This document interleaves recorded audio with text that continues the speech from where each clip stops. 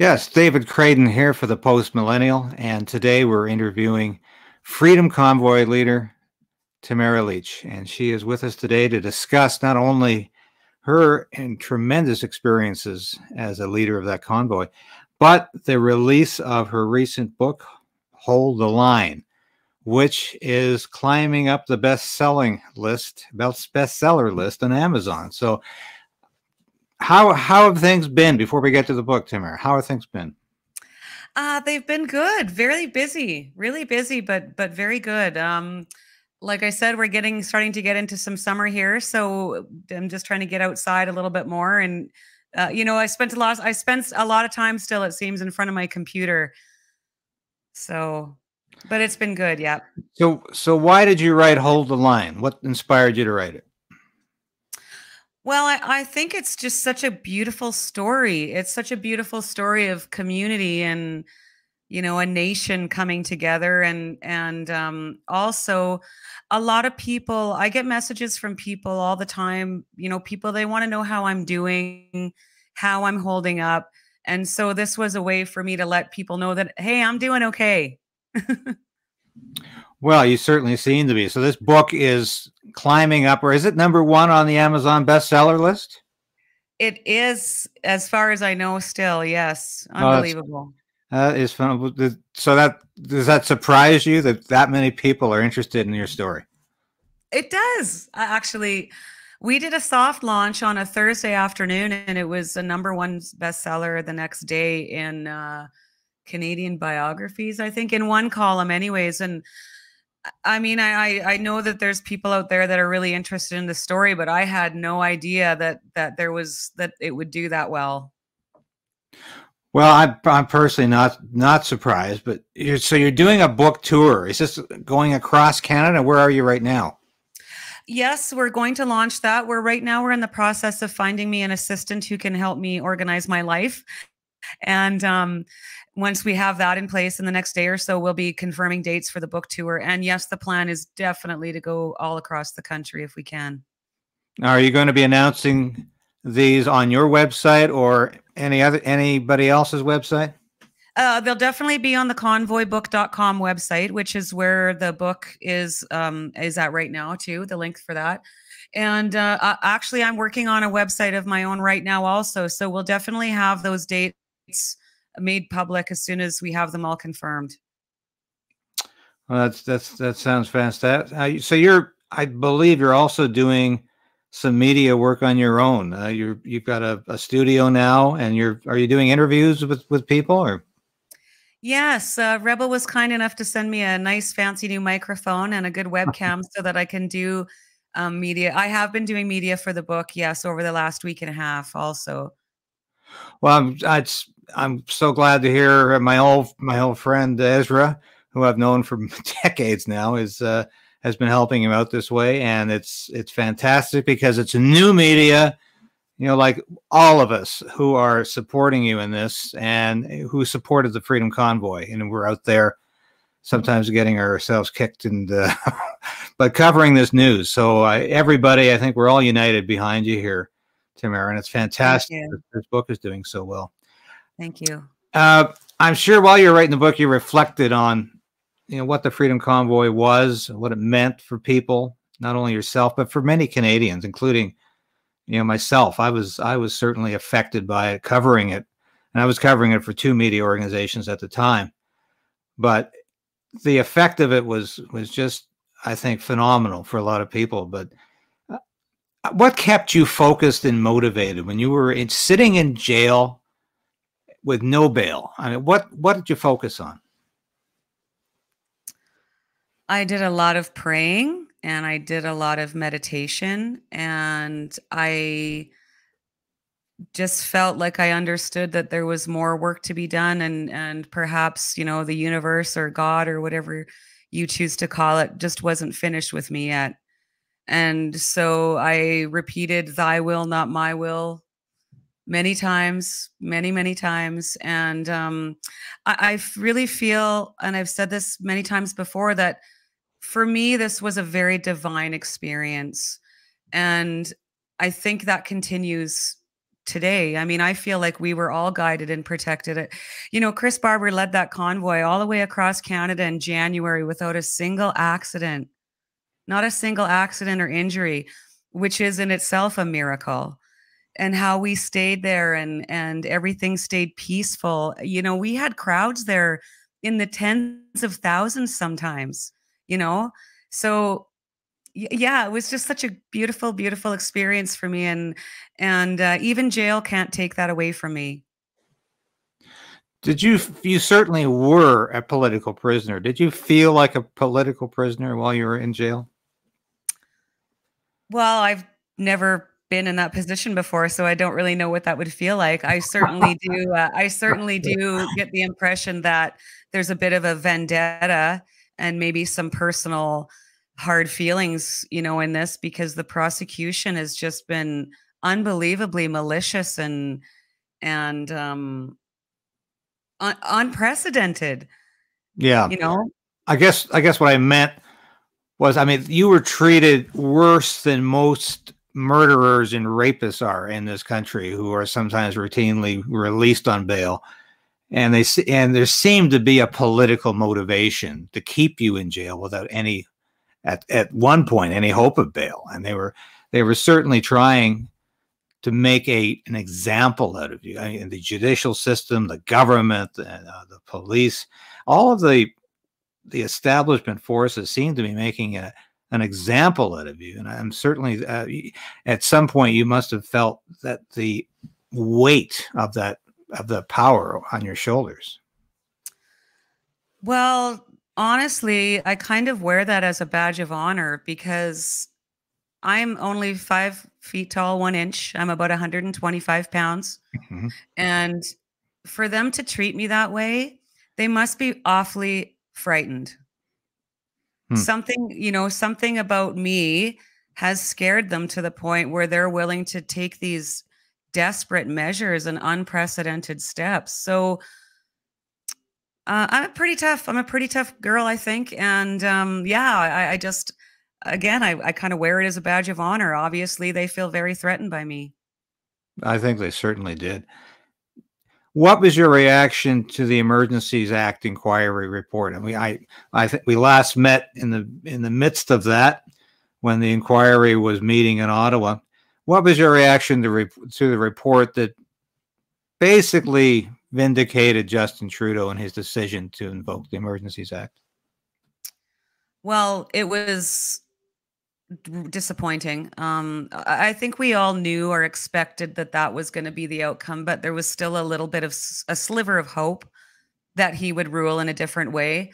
So it was a gut punch to us for sure, and extremely disappointing. Basically, the fine print is that government incompetence is now the benchmark for invoking the Emergencies Act. The criteria that needed to be met legislatively were never met. So yeah, it was definitely the wrong call, in my opinion. Yes, and it was, certainly a lot of us felt that way. So the gag order obviously has been lifted from you. You're free to speak, or you wouldn't be here right now, or writing a book. Are there any other legal ramifications yet to come? Oh yes. Well, Chris and I still have our trial in September. We have a 2-week trial starting on September the 5th, and then we still have the civil suit, a $406 million civil suit against us.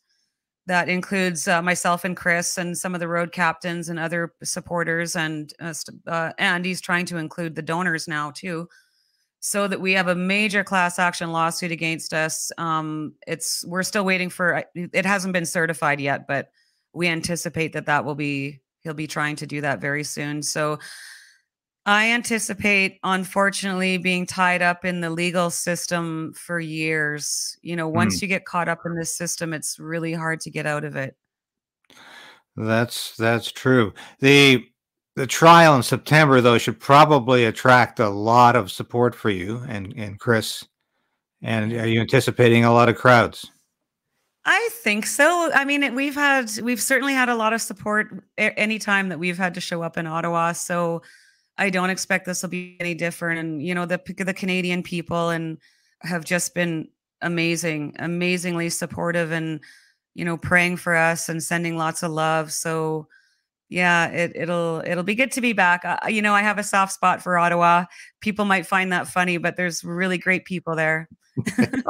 Well, I always seem to find myself coming back here for one reason or another, because I always want to go back to the West Coast and to BC, but here I am back in Ottawa. So I know what you mean, and there are good people here, despite what you might read or see. Right. Did you see any irony? I don't know if you saw the pictures of the Public Service Alliance of Canada employees dancing and singing in the on Wellington Street, no less, in the midst of their strike, where they basically got everything they wanted. Yet this was the same union that criticized the Freedom Convoy as being a bunch of misogynists, racists, and a danger to society. Did you find that a bit ironic? Oh, I found many ironies and double standards in that whole situation. I was watching it with great, great interest. And I think that's probably one of the reasons why they had to wrap that up so quickly, because the comparisons were getting more and more vocal in the media. Yeah. So I think they needed to shut that down as fast as they could, because they were starting to look really bad. Yeah, it almost looked like a parody at times. It was just, I just found it absolutely astounding that they didn't see how how hypocritical they looked. But then again, that's like our government here. So yes, I was just gonna say, it's like how we've all lived since 2015. Well, I was watching the testimony yesterday of Justin Trudeau's brother, Alexandre Trudeau, in front of the Ethics Committee, and I was just astounded that there's actually another Trudeau who's more annoying and more arrogant than Justin Trudeau. So it was wow, just incredible how he was calling out a media organization that criticized him, saying you can't take those people seriously. That's just not credible journalism because they don't meet his standard. And I thought, that's Justin Trudeau all over again, because it's totally because they don't print what they want them to print. I mean, thank goodness for independent media throughout this whole thing, and citizen journalists. If it wouldn't have been for you guys and Rupa and Andrew Lawton and Rebel News, of course, and so many other people that got out there and on the ground and actually showed what was really happening. So yeah, for him to even say that is still astonishing. They're still trying to make us believe that stuff. Yeah. I mean, CBC and CTV rarely left their cloistered offices during the convoy demonstration. It was just too cold for them. And those of us who were out there, I mean, we were looking at potential frostbite. It was so cold. But CBC just stayed in their offices and had their talking heads, and they all agreed that this was a bad thing. And it just amazed me.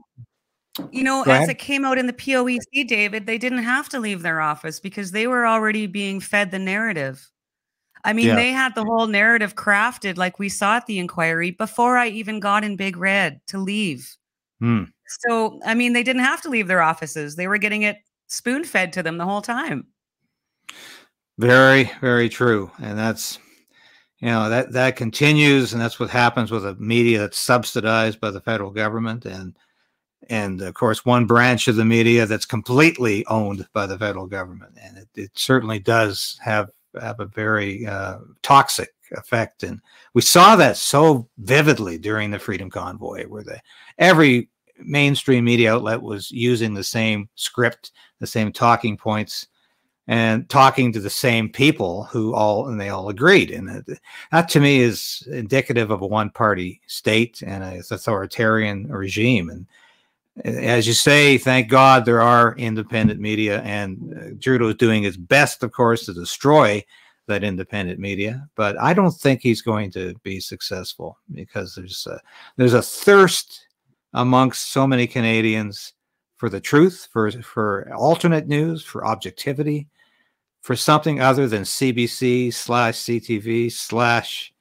the mainstream media. So I'm hopeful. But what do you think, Tamara, is or was or is the legacy of the Freedom Convoy? What does it mean for Canadians?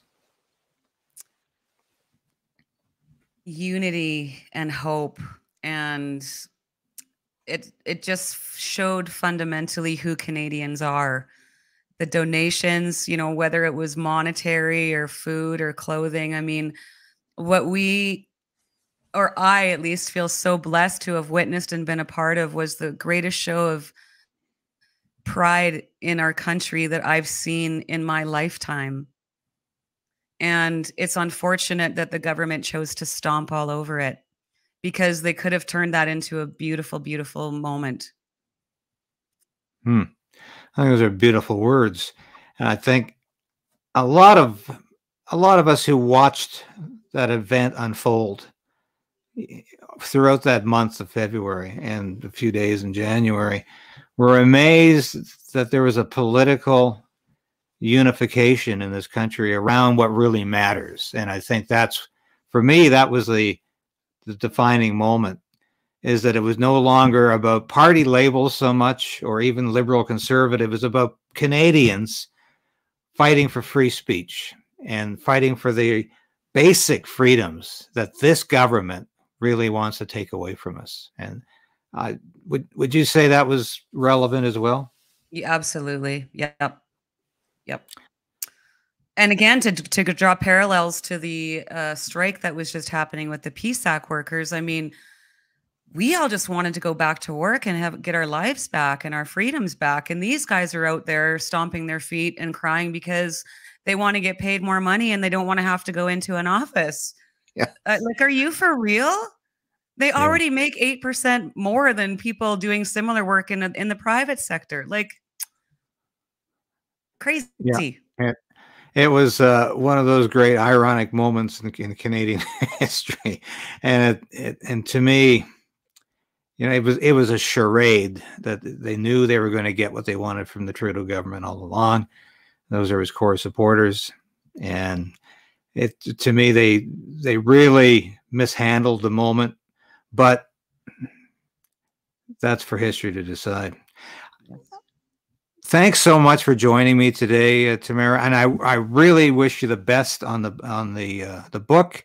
And if we can, let's stay in touch. And if you do a book launch here in Ottawa as part of your tour, I will be there. And I will do one right at Parliament Hill. What do you think? You should. Yes, you should. You should do one at Parliament Hill, because I can tell you that there's an audience here, not only for your book, but to see you again, and to come out and see you and to hear how you're doing. And people want to read your book to find out what all of this meant to you and what you really meant to the convoy. I think you were instrumental, you were key, you were integral to the success of the convoy. And it didn't end with the invocation of the Emergencies Act. It never really ended. You proved a point. You were able to get COVID-19 mandates stalled and eventually reversed. You had success despite being stomped on, as you say, by Trudeau's police, judicial system, and everything else that lined up behind this prime minister. So I think you can take pride in the fact you had a political success here, a social success. And I hope your book has the same kind of success. Thank you. Thanks so much, David. Thanks for joining me again. For the Post Millennial, I'm David Krayden. Joining me today was Freedom Convoy leader Tamara Lich.